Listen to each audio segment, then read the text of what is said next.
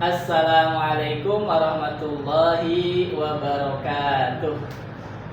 Para hadirin yang dimuliakan oleh Allah, para sahabat, kawan-kawan, para asatidz, guru-guru yang dimuliakan oleh Allah Azza wa Jalla. Pada kesempatan kali ini, perkenalkan saya Al-Fakir Kusyairi Aziz, mahasiswa PKU MOI Angkatan 19 DKI Jakarta, akan menyampaikan materi tugas ujian akhir daripada mata kuliah komunikasi ilmu dakwah, komunikasi dakwah yang dibimbing oleh Bapak Dr. Kiai Haji Tubagus Wahyudi.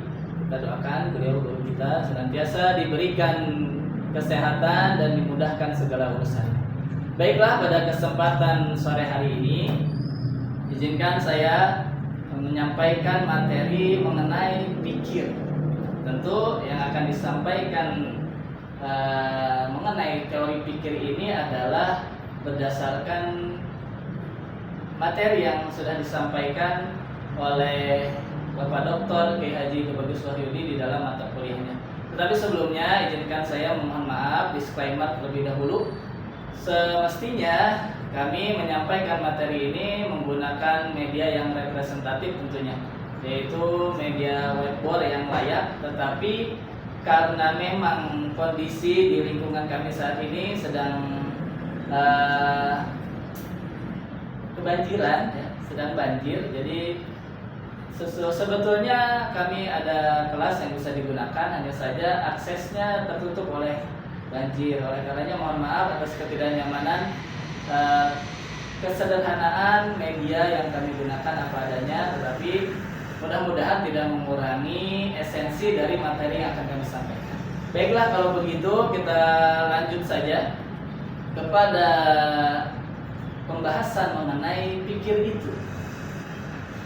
Untuk mempermudah penjelasan dan juga agar mudah dipahami, kami membagi materi ini ke dalam tiga pokok pembahasan. Yang pertama adalah apa itu pikiran dan bagaimana mekanisme kerja dari pikiran manusia itu. Ini pembahasan pokok yang pertama. Kemudian yang kedua adalah rumus utama menuju kebenaran dan kedamaian berkaitan dengan pikiran itu. Yang ketiga, yang sebetulnya menjadi inti daripada tugas yang dibebankan kepada kami para mahasiswa, yaitu adalah mengenai 7 langkah berpikir yang benar. Inilah materi 3 pokok pembahasan yang akan kami sampaikan. Jadi yang pertama, untuk mempermudah, adalah apa itu pikiran.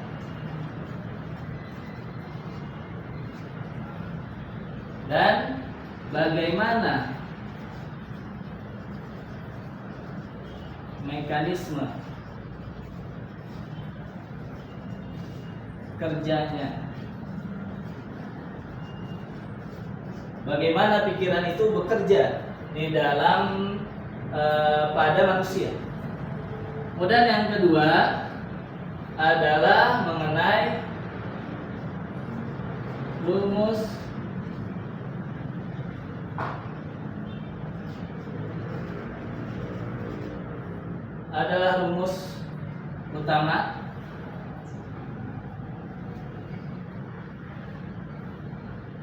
utama menuju kebenaran.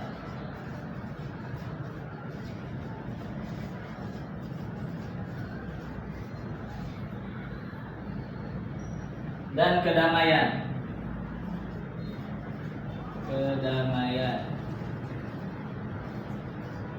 Dan yang ketiga, 7 langkah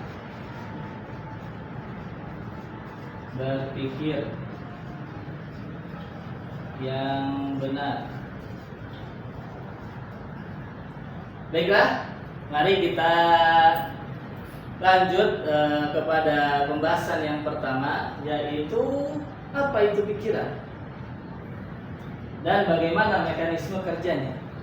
Pikiran atau mind atau akal adalah karakteristik esensial yang membedakan antara kita manusia dengan makhluk yang lain. Maka kita sering mendengar ketika ditanyakan mengenai apa itu manusia, maka dikatakan manusia itu al-insan hayawanun natiq, bahwa manusia itu adalah hewan, tetapi yang membedakan adalah karakteristiknya ia memiliki sifat natiq, yang mampu berlogika, yang mampu berpikir.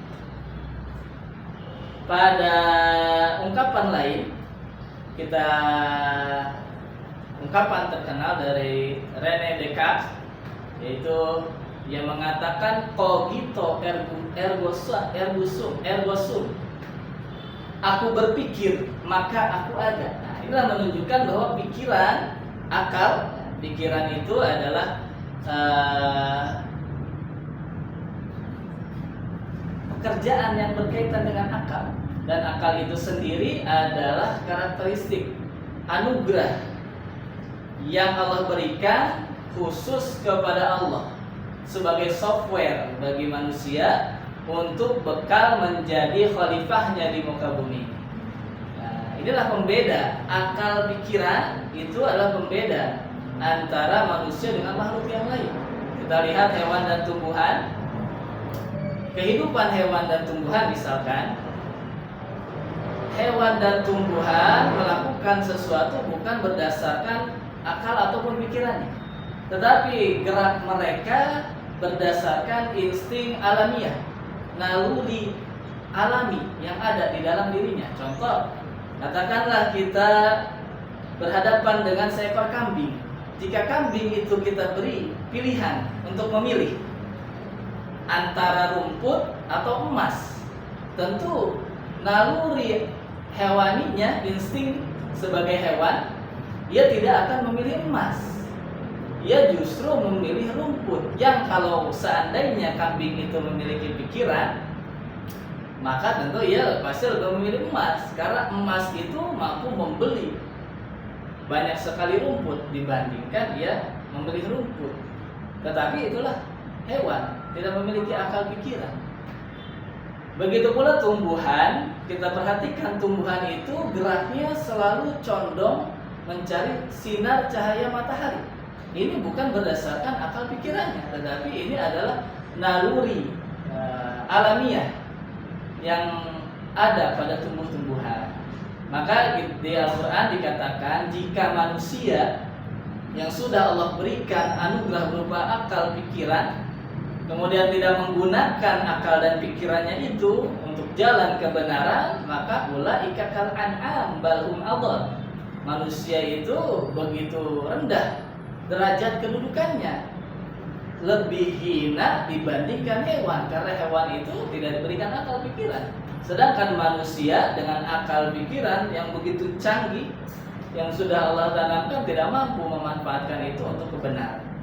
Inilah pikiran. Sehingga pikiran itu adalah sesuatu yang sangat penting bagi manusia.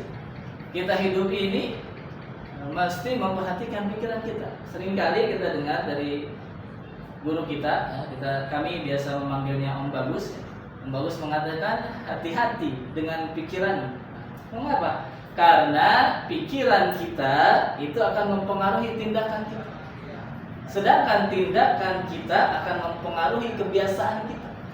Kebiasaan kita akan mempengaruhi karakter yang ada pada diri kita. Dan karakter kita akan mempengaruhi kenyataan. Dalam bahasa yang lain, cara berpikir akan merubah tindakan manusia. Tindakan manusia akan merubah kebiasaannya. Dan kebiasaan manusia akan merubah karakternya, di mana karakternya itu akan mampu merubah kenyataan. Sehingga apa yang terjadi, yang kita alami saat ini merupakan sedikit banyak merupakan manifestasi dari dampak pikiran yang ada di alam bawah sadar. Inilah berkaitan dengan pikiran. Kemudian bagaimana mekanisme kerja dari pikiran itu sendiri?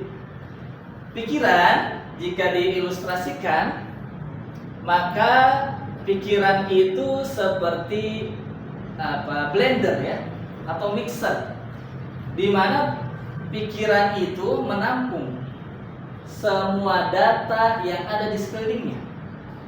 Semua data yang ada di sekelilingnya seperti blender, semua bahan-bahan dimasukkan di dalamnya, kemudian diolah sedemikian rupa, diproses menjadi suatu hal yang berbeda bentuknya daripada awal ketika dimasukkannya. Itulah perumpamaan pikiran. Jadi pikiran kita ini akan masuk ke dalam pikiran kita apa saja yang dilihat oleh mata, yang didengar oleh telinga, yang terasa oleh indera peraba kita, semua akan diolah di dalam pikiran kita. Jika blender, katakanlah, itu memiliki tombol on off, kita bisa mengatur kapan blender itu bekerja, kapan dia istirahat. Sayangnya dan faktanya, akal manusia, pikiran kita itu tidak pernah berhenti bekerja. Walaupun kita sedang tertidur, katakanlah, tetapi pikiran kita itu senantiasa bekerja. Oleh karenanya kita sering dapati ketika kita memikirkan sesuatu yang berat atau memikirkan suatu hal berlebihan, seringkali pikiran itu terbawa ke alam bawah sadar hingga terbawa menjadi mimpi kita.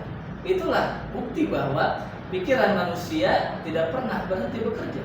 Dia senantiasa mengolah segala macam data yang ada di sekelilingnya. Jika kita tidak mempunyai filter untuk menyaring data yang masuk, maka itu sangat berbahaya. Mengapa? Jika manusia tinggal di lingkungan yang tidak baik dengan orang-orang dan karakter yang beragam, jika tidak ada filter di dalam otak, di dalam pikirannya, di dalam akalnya, maka semua akan masuk dan mempengaruhi kepribadiannya tadi, akan merubah wataknya, akan merubah kebiasaan hidupnya, akan merubah karakternya. Orang baik jika tidak mampu menyaring pikirannya, maka bisa berubah menjadi tidak baik. Sebaliknya, orang yang tidak baik jika mampu menyaring apa yang masuk, data yang masuk ke dalam pikirannya, maka tidak mustahil menjadi orang yang lebih baik. Dan ini kedua hal ini, perubahan pada diri manusia yang baik menjadi tidak baik, yang tidak baik menjadi baik, itu sudah kita saksikan, sudah kita lihat di dalam sejarah-sejarah. Bisa kita baca di dalam banyak sejarah. Itulah semua itu berkaitan dengan pola pikir manusia. Bagaimana tadi pikiran kita itu mekanisme kerjanya adalah memasukkan semua data yang ada, yang dilihat oleh mata, terdengar oleh telinga, dipelajari dan lain sebagainya, kemudian diolah sedemikian rupa menjadi output. Outputnya dari pikiran itu bisa berupa ucapan, bisa berupa tindakan, bisa berupa watak ataupun karakter. Ini adalah bagian pertama, yaitu mengenai apa itu pikiran dan bagaimana mekanisme kerjanya. Kemudian sebelum kita masuk kepada bagian yang kedua, rumus utama menuju kebenaran dan kedamaian, ya. Jadi mungkin kalau kita gambarkan tadi pikiran itu, ini adalah pikiran manusia.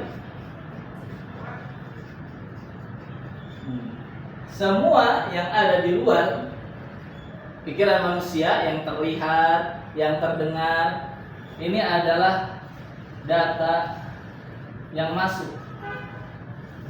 Baik itu suatu hal yang baik atau yang buruk, semua masuk ke dalam pikiran manusia. Diolah sedemikian rupa yang pikiran itu nanti akan berubah, diolah. Pikiran itu bisa berupa tadi ucapan, tindakan, ataupun karakter dan kebiasaan.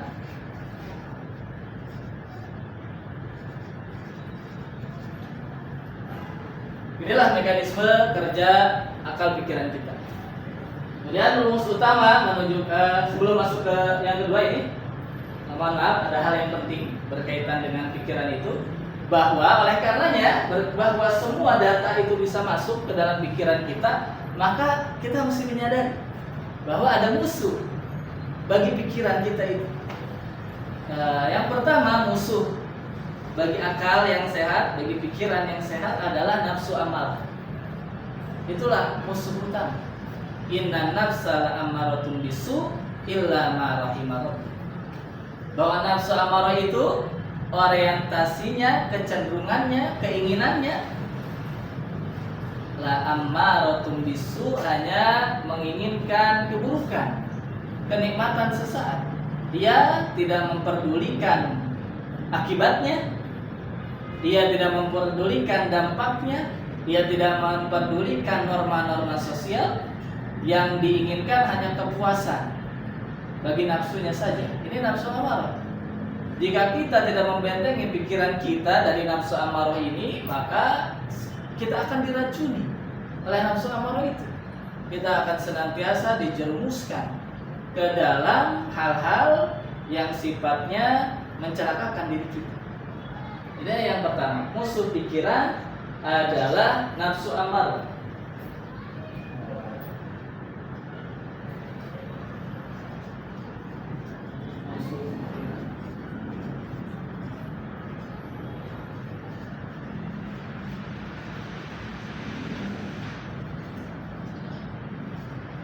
Yang kedua yang mesti kita perhatikan adalah nafsu lawamah.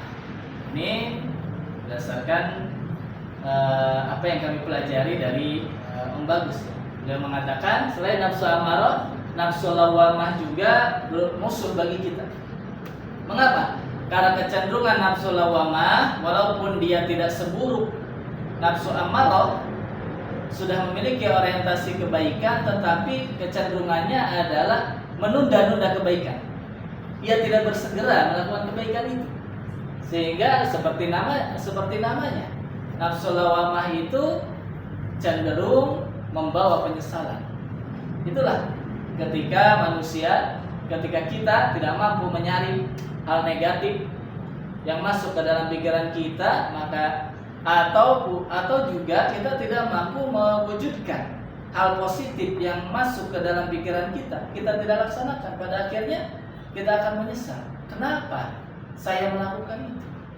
Seandainya dulu saya tidak seperti itu, pasti saya sekarang tidak seperti ini.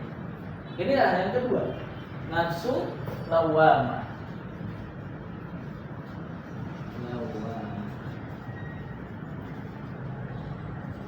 Yang ketiga, musuh bagi pikiran kita yang mesti kita waspadai adalah inna syaitana lakum aduwwun fattakhidhuhu aduwwan. Syaitan, itulah musuh yang ketiga.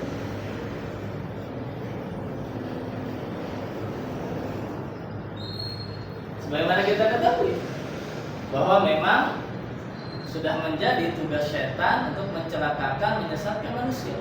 Di antaranya adalah dengan meracuni manusia melalui akal pikirannya. Innama yuridu syaitanu ayyuqi'a bainakumul adawah wal baghdha'a fil khamri wal maisir wa yusuddakum an dzikrillah fahal antum muntahun. Di antara racun yang dibisikkan, yang dimasukkan ke dalam pikiran manusia adalah adawah. Syaitan itu membisikkan permusuhan ke dalam diri kita, mempengaruhi nafsunya itu tadi, sehingga di dalam otak manusia seringkali ada perasaan tidak mau ada di bawah orang lain. Dia senantiasa merasa tinggi, tidak mau dia menghormati yang lain dan lain sebagainya. Hilang rasa toleransinya, hilang rasa pri kemanusiaannya. Ini semua diantaranya adalah karena sebab was-was setan yang dimasukkan oleh setan ke dalam pikiran kita. Maka kita mesti memperhatikan itu. Kemudian yang keempat, kita mempersingkat waktu saja. Yang keempat adalah musuh bagi pikiran kita adalah dunia. Mengapa dunia itu menjadi musuh bagi kita? Wa ma hadhil hayatud dunya illa lahbun wa laibun. Atau di ayat yang lain dibalik illa lahbun wa lahbun. Pada intinya sifat dunia itu adalah permainan dan senda gurau, khususnya bagi kita orang-orang yang beriman, bagi kita umat muslim, bahwa kita hidup di dunia bukan untuk dunia. Inilah yang kemudian menjadikan dunia itu menjadi musuh. La tuhibbad dunya falaysa bidaril mu'minin. Janganlah kau mencintai dunia melebihi cintamu kepada Allah, melebihi cintamu kepada akhirat. Falaysa bidaril mu'minin, karena ini bukan tempat tinggal kita. Kita hanya tinggal sementara di dunia ini. Ad-dunya mazra'atul akhirah.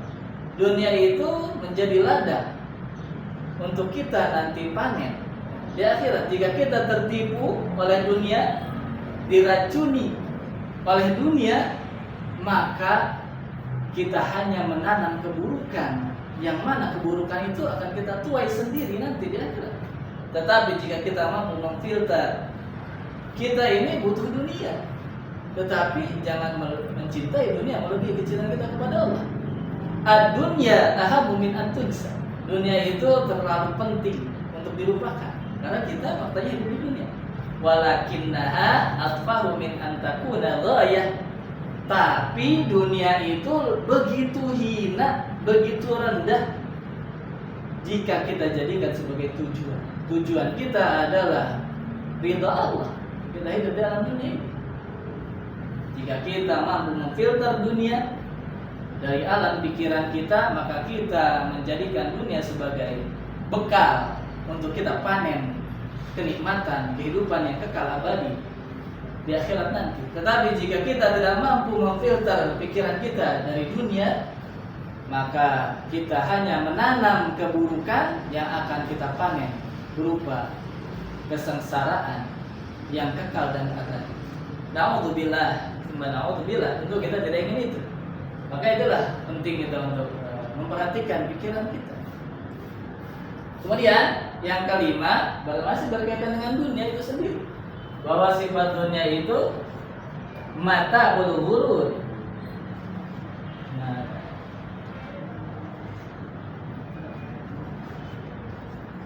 Maka yang kelima, musuh dari pikiran itu adalah tipuan berkaitan dengan dunia. Apa yang terlihat baik dalam nafsu kita, dalam pikiran kita, jika dalam pandangan syariat itu tidak baik, maka itu tidak baik. Jangan kita kerjakan. Inilah, jangan tertipu oleh sesuatu yang terlihat baik, nikmat, menyenangkan, tetapi sesungguhnya itu membawa kecelakaan bagi kita. Dan sebaliknya, jangan kita melihat sesuatu yang terlihat tidak nikmat, seperti ibadah itu pada umumnya kan berat. Tetapi kesabaran dalam kita melaksanakan ibadah itu akan membawa kenikmatan. Sesuatu yang luarnya terlihat tidak menyenangkan, tetapi sesungguhnya hal itu baik untuk kita. Maka terkadang kita ini menganggap sesuatu itu baik, tetapi di dalam pandangan Allah itu tidak baik. Dan sebaliknya, kita terkadang memandang sesuatu itu tidak baik, tetapi di dalam pandangan Allah itu baik. Inilah, kita jangan tertipu. Maka kita diajarkan, dibimbingkan doa oleh Nabi, arinal haqqa haqqa.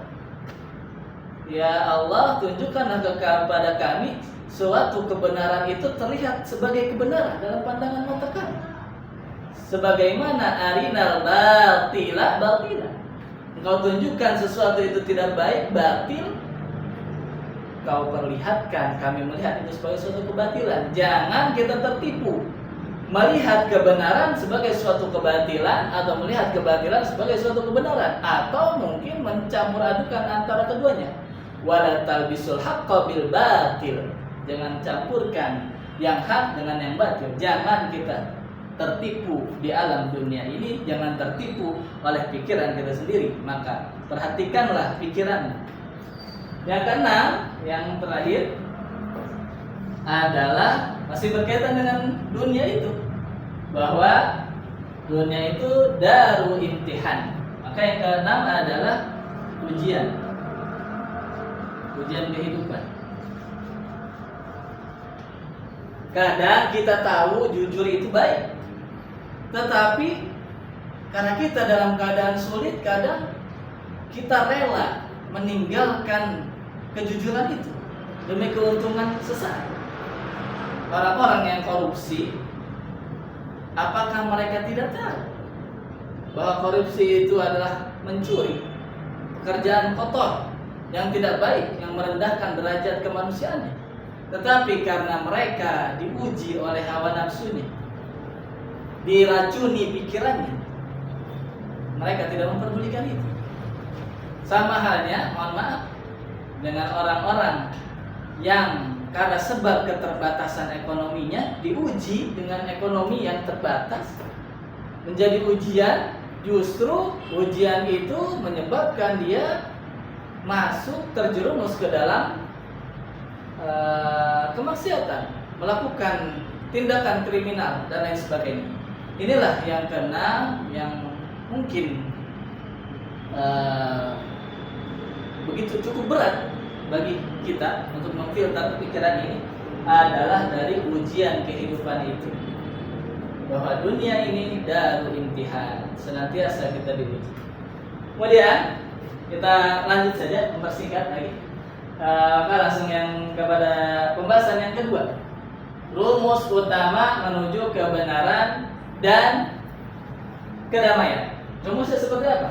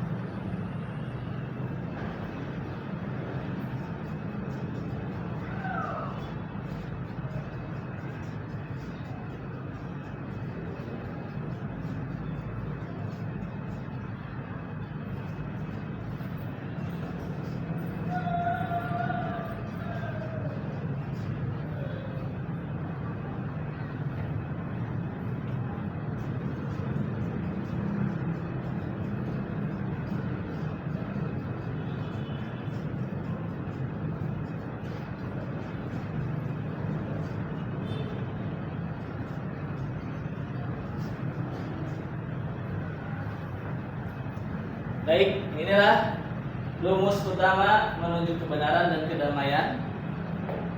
Bila pola pikirmu sudah benar, bila pola pikirmu sudah benar, inilah yang pertama, kita harus memperbaiki pola pikir kita. Yaitu apa yang dimaksud pola pikir yang benar? Yaitu cara memproses dan mengolah informasi. Jangan semua hal yang dilihat, yang didengar dimasukkan ke dalam pikiran kita. Sampah-sampah, data yang berupa sampah, apa yang tidak layak dilihat, walaupun terlihat tapi tidak layak, jangan dimasukkan ke dalam pikiran kita. Sampah yang masuk lewat telinga kita, hinaan dari orang lain, gunjingan dari orang lain, perkataan yang tidak baik, jangan dimasukkan ke dalam pikiran, karena akan merusak pola pikir kita. Makanya yang pertama, berpikirlah dengan benar, yaitu pikiran yang logis dan sistematis dan selaras dengan fitrah manusia. Inilah rumus menuju kebenaran. Pertama, perbaiki pola pikirmu. Berpikirlah dengan benar. Oleh karenanya kita diajarkan di dalam dunia akademis tentang bagaimana cara berpikir di dalam ilmu logika atau di dalam ilmu mantik, ya. Kita belajar bagaimana kita beristidlal, merangkum semua data untuk mengambil kesimpulan yang benar. Jika pola pikirnya sudah salah, maka pasti hasilnya juga akan salah. Tetapi jika pola pikir kita benar, hal yang buruk bisa diolah menjadi hal yang baik. Inilah bila pola pikir sudah benar. Satu. Yang kedua, bila kamu sudah mengerti kebenaran. Artinya apa? Data itu yang masuk ke dalam pikiran kita jangan hanya menjadi pengetahuan, tetapi pengetahuan itu mesti naik menjadi pemahaman. Maka ada ungkapan yang begitu istimewa, sedalam-dalamnya tahu, seluas-luasnya tahu, belum tentu mengerti. Pemahaman itu ada di atas pengetahuan. Jika kita baru sebatas mengetahui, jangan jumawa, jangan sombong dengan pengetahuan Anda. Tahu tidak sama dengan mengerti. Mengerti, memahami itu di level yang berbeda. Pengetahuan yang berbeda, pemahaman itu berbeda dengan pengetahuan. Maka olahlah semua data yang masuk ke dalam pikiranmu tidak hanya menjadi pengetahuan, tetapi dipahami itu. Tetapi mesti kita pahami, kita mesti mengerti mana yang baik, mana yang buruk dan lain sebagainya. Apa yang baik mesti kita kerjakan dan lain sebagainya. Inilah bila kamu sudah mengerti kebenaran. Kebenaran tidak hanya cukup diketahui, tetapi dipahami dan diamalkan. Yang ketiga, bila pola pikirmu konstruktif, membangun, yaitu kita selektif tadi dalam memilih informasi, data yang masuk ke dalam alam pikiran kita. Jika pola pikir kita konstruktif, meskipun data yang masuk ke dalam pikiran kita adalah sampah, tetapi sampah itu bisa dijadikan kompos, pupuk yang menyuburkan tanaman. Jika pola pikir kita konstruktif, kemunduran yang diterima, yang kita alami dalam kehidupan, jika pola pikir kita konstruktif, maka kita memandang ini bukan suatu kegagalan, tetapi ini adalah langkah yang tertunda. Terkadang dalam hidup itu kita memang mesti mundur dulu untuk dapat maju lebih jauh. Ini jika pola pikirnya konstruktif. Tetapi jika pola pikirnya destruktif, sebaliknya, jangankan keburukan, kebaikan yang dia terima tidak menjadi kebaikan, tetapi justru menjadi sampah, keburukan di dalam pikirannya.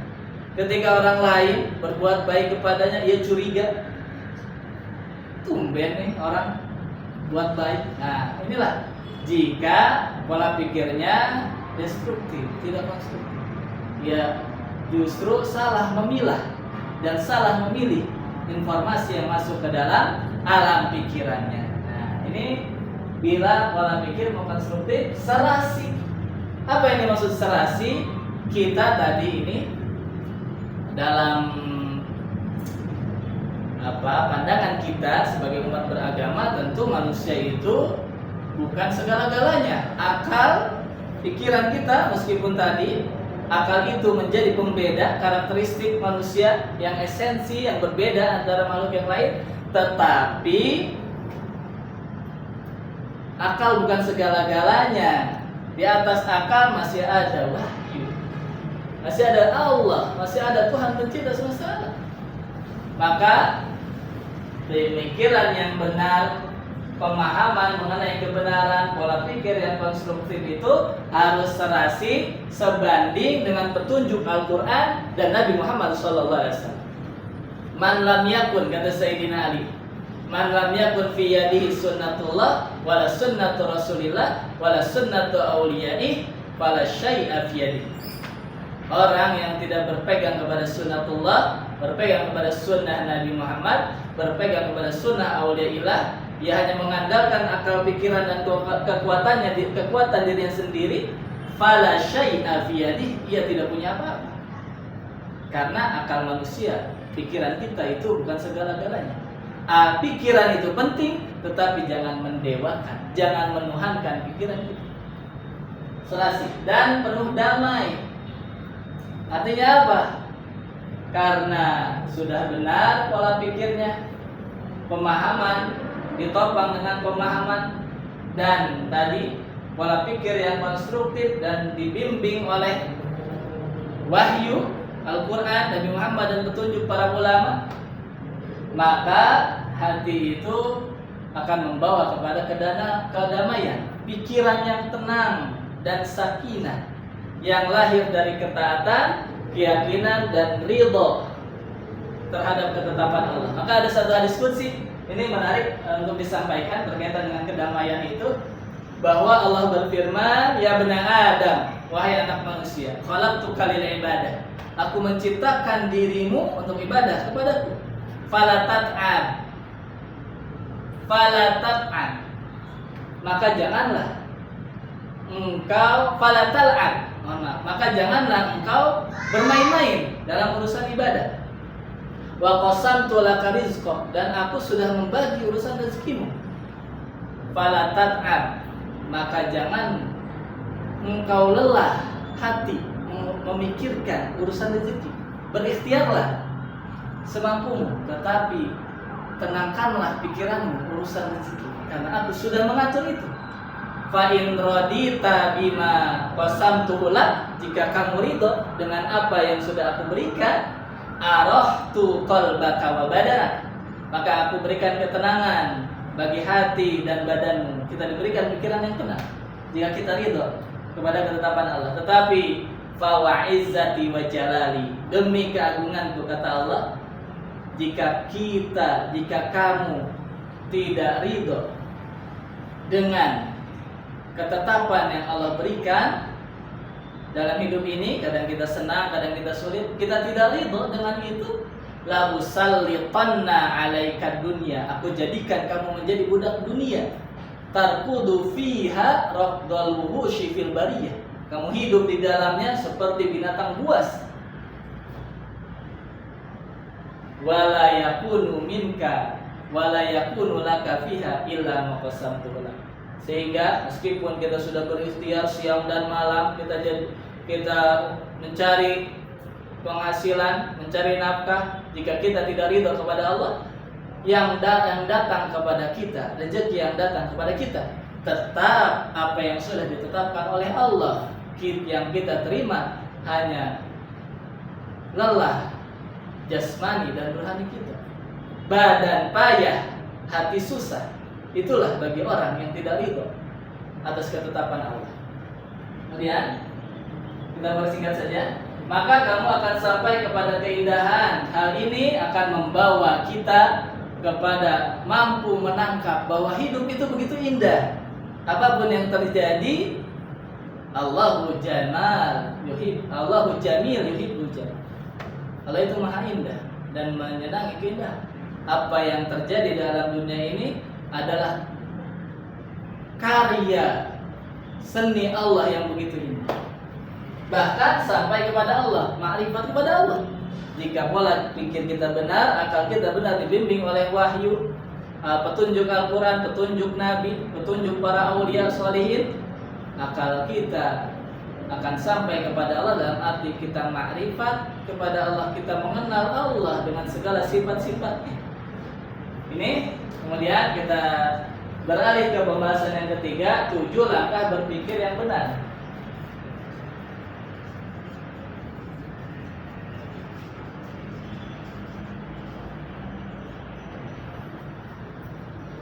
Allah berfirman di dalam surah An-Nahl ayat 78, wallahu akhrajakum min butuni ummahatikum la ta'lamuna syai'an Allah mengeluarkan kita dari kandungan rahim ibu kita, kita dalam keadaan tidak mengetahui apa-apa.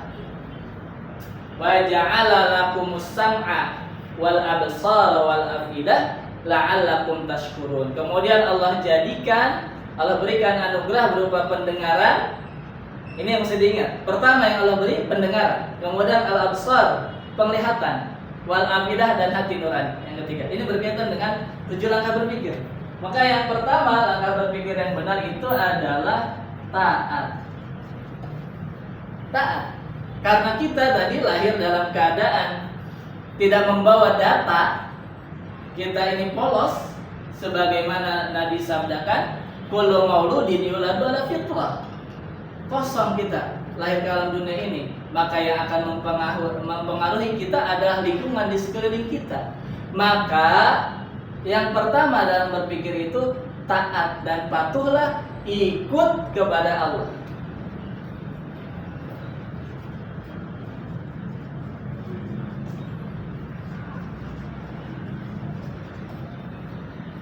Kita ikut saja karena kita tidak membawa data. Yang mengetahui kebenaran adalah Allah dan Rasulnya. Yang kedua adalah ikut kepada petunjuk orang tua.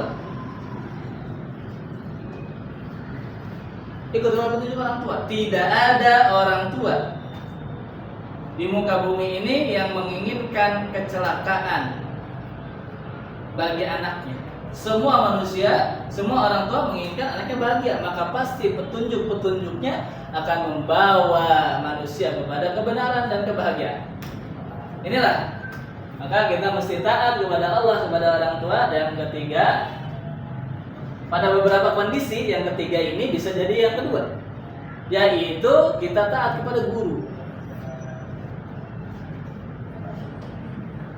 Kita taat kepada guru. Apalagi guru-guru orang-orang soleh, tidak sekedar mengajarkan pengetahuan, tetapi mengajarkan, membimbing kita bagaimana untuk kita ibadah kepada Allah, membersihkan hati dari segala kotoran hati.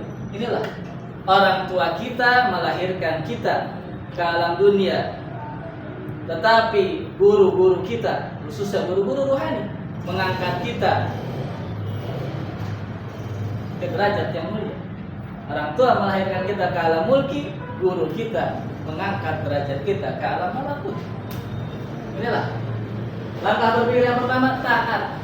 Itulah esensi Islam, al-khudu wal inqiyad. Kita tunduk dan patuh kepada ajaran yang datang dari Allah, dari Nabi. Di antara ajarannya kita mesti tunduk kepada orang tua dan guru-guru kita. Semuanya menginginkan kebahagiaan untuk kita.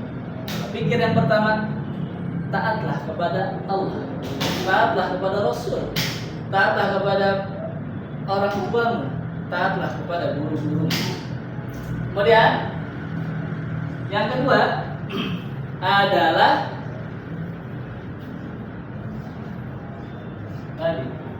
kita taat menggunakan pendengaran kita. Wa ja'ala lakumus sam'a. Modalnya mau mendengar. Sedangkan yang kedua, modalnya tidak hanya mendengar, ditambah wal absar. Kita menggunakan mata kita untuk apa? Untuk membaca. Membaca apa? Apa saja. Ayatullah al-mastur, ayat Allah yang tertulis di dalam Al-Quran, 30 juz, 6.666 ayat dalam satu riwayat. Di awal Al-Fatihah, di akhir An-Nas. Itulah sumber bacaan bagi kita, membimbing akal kita untuk berpikir yang dengan benar. Kemudian ayatullah al-manzur, ayat-ayat Allah yang terlihat. Apa saja yang terjadi di alam dunia ini, pergantian siang dan malam, bagaimana Allah menciptakan berbagai makhluknya, itu semua di dalamnya la ayat, sungguh terdapat tanda kebesaran Allah, membimbing pikiran kita menuju kebenaran. Kemudian yang ketiga, tetapi jangan lupa, ketika Iqra itu harus dibarengi bismi rabbikal ladzi khalaq. Jangan sekedar membaca menggunakan akal pengetahuan. Libatkan Allah di dalam bacaannya, maka engkau akan terbimbing. Yang ketiga adalah penghayatan.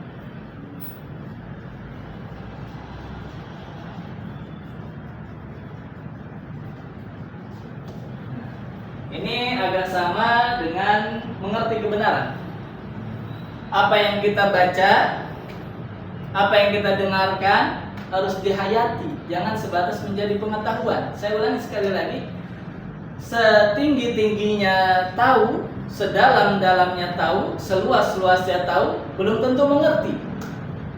Setinggi-tingginya mengerti, sedalam-dalamnya mengerti, seluas-luasnya mengerti, belum tentu merasa. Inilah penghayatan, pemahaman yang naik sampai perasaan. Semua orang tahu mengenai tata cara sholat, tapi tidak semua mengerti, memahami makna dan maksudnya. Tidak semua orang yang paham maksud sholat itu merasakan nikmatnya sholat.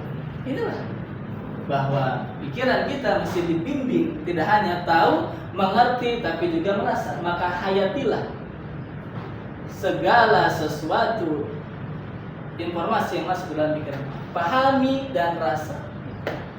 Rubahlah pengetahuan menjadi pemahaman, pemahaman menjadi perasaan. Yang keempat adalah qalbun wal afidah. Allah jadikan sam'a wal absar wal afidah.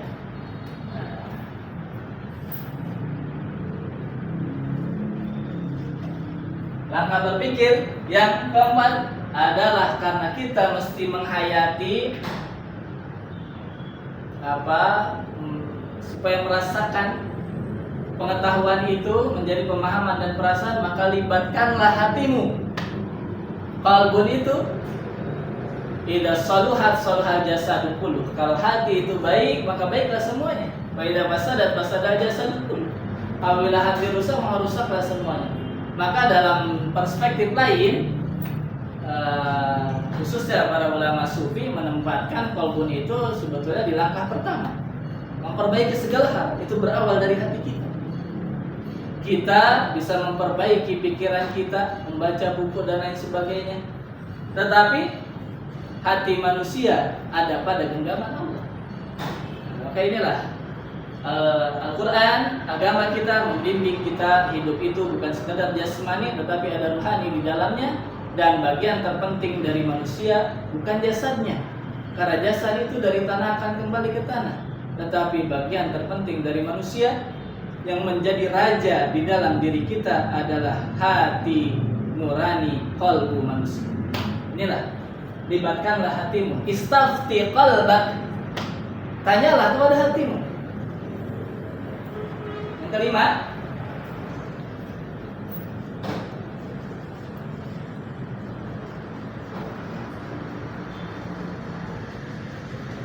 muhasabah. Setelah kita semua tadi menaati, mencoba membaca, menghayati, melibatkan hati kita, maka hasibu anfusakum qabla an tuhasabu. Muhasabahlah diri kita ini, sejauh mana kebaikan yang sudah kita lalui, berapa banyak kesalahan yang sudah kita lakukan. Saat ini kita ada di ashabus shimal, ashabul yamin, atau ada di ashabus shimal? Ada di golongan kanan, orang-orang yang berada dalam kebaikan, atau sebaliknya? Apakah kita sudah ada di jalan yang benar? Maka berkaitan dengan langkah yang keenam, muhasabah itu, konsekuensinya jika kita berada dalam kebenaran, maka istiqomahlah.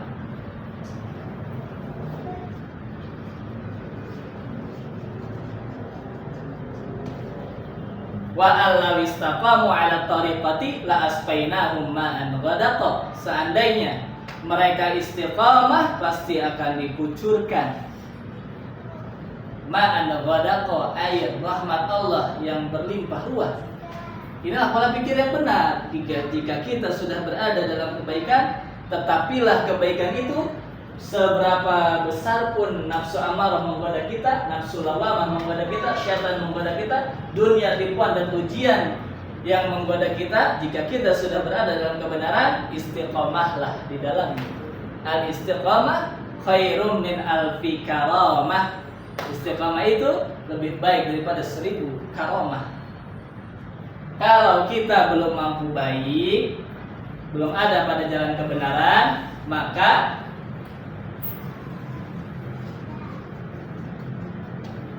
taubatlah. Ma asarra man istaghfara walau ada fil yaumi 70 marrah.